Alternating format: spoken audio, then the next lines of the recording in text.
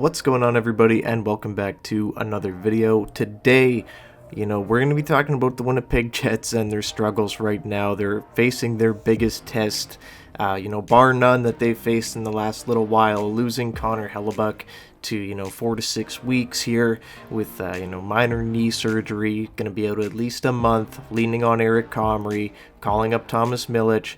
Connor Hellebuyck has been the guy bailing the Jets out when they've had bad nights this season, last season, really since he showed up on the scene. And this is really something that they haven't had to deal with before. The guy's been pretty healthy his entire career, never really had any times where he's missed action. And now without him, the Jets are really tasked with having to overcome an offense that isn't scoring goals, a defense that can be leaky at times, and now without their number one goaltender, relying on their backup goalie and a goaltender that's never played an NHL game to this point.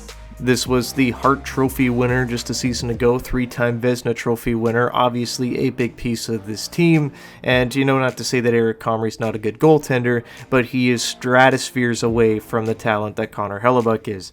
And, going forward here, their Jets are going to really need Comrie to tighten it up down the stretch for the next month. I'm assuming he's going to be playing the majority of the games. Milic, I'm sure, will get in for a few, but I don't imagine the Jets are going to lean on him too much. But, just bottom line, Eric Comrie is going to need to step up, and the Jets defense is going to stop having to be leaky.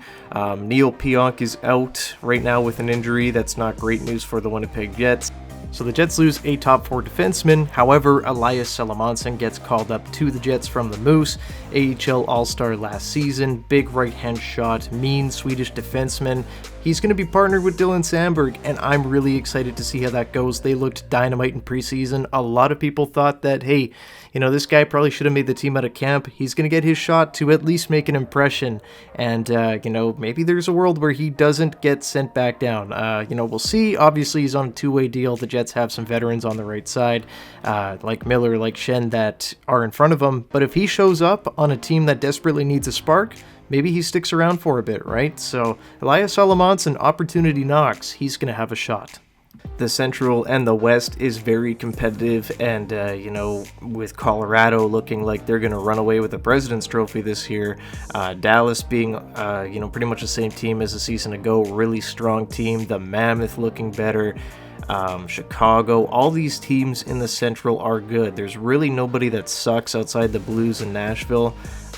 There are some juggernauts in the Central there, and I'm not convinced that the Jets are even in the top 3 there. The way they've started this season, it's really shown, they miss having a guy in their top 6 like Nikolai Ehlers. The offense is very one-dimensional. It's a lot of the same players in the bottom 9.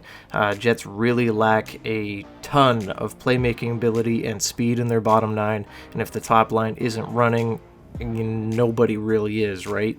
But you take a look at that bottom 9 for the Jets, and this is like the millionth time through the first quarter of the season that they've been trying to find something that works, and it makes you wonder, why isn't it working? And I don't think this is a Scott or Neil problem. I think that he's just really trying to spark his team, trying to find some offense, even admitting that the offense has been terrible this season. While the Jets are getting better 5-on-5 as games go by, the scoring is still a problem. They cannot get any secondary scoring out of that bottom 9. And it doesn't matter which combination, they use, it doesn't seem like anything can, just be consistent. It doesn't seem like there's anything that's being strung game to game. They're really relying on that top line. I wouldn't blame this on Scott or Neil, however. I see a lot of people blaming the coach, as a lot of people do. It's very easy to do, but this is more of a Kevin Cheveldayoff problem. Scott or Neil is taking what he's been, given to work with and trying really anything to get anything going, except split up the top line. This is Kevin Cheveldayoff's roster that he's constructed. This is what Scott Arniel has to work with. Not really his issue that, losing Nick Ehlers, losing players that were, more dynamic in your lineup and replacing them with, 35, 36, 37-year-olds.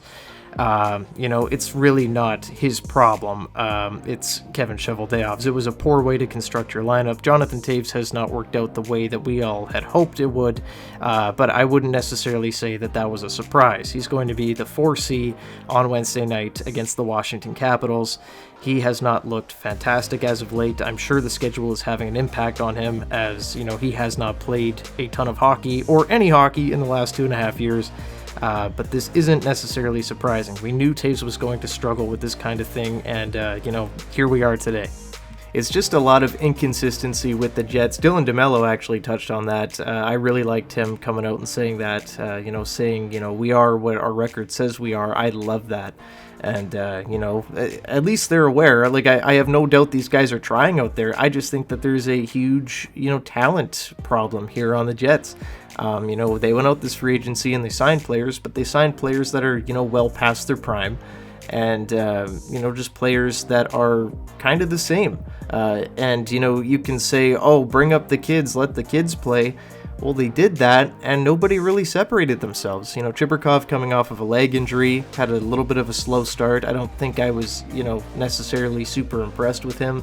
I did like Brad Lambert's game, getting his first NHL goal with the Penguins. Obviously, we know that he's, been granted permission to look around for a trade, and that's totally fine. If he wants to move on, all good, man. Like, I get it. Like, if you want a real chance to play somewhere, Winnipeg might not be the place, but at the same time, Lambert didn't really do anything to take a spot from somebody either. All these guys were given opportunities, and nobody really ran with it. I thought Parker Ford played pretty well, but how much scoring is he going to really generate in that bottom six? Probably not that much, right? So, they gave their young guys a chance. Nobody really took a spot away from anybody, and the Jets are kind of left with what they've got right now. And it's a lot of the same players, it's a lot of old players, and a big-time lack of speed. So we've gone through the laundry list of issues here for the Jets, and it is not a small one. Obviously, starting off with Connor Hellebuyck and having surgery, out 4 to 6 weeks. The defense being leaky at times, Neil Pionk being out possibly for a while. We don't know the extent of his injury yet. And the forward core just unable to score goals outside of the top line.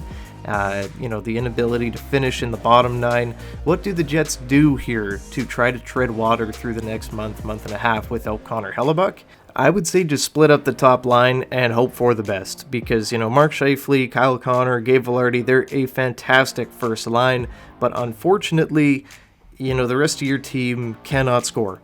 They got to break it up. They got to try to have a legit top 6, or at least one that, can run 2 lines, because, this first line and, 1 third line and 2 fourth lines thing that they're doing right now isn't cutting it, and they're not scoring goals.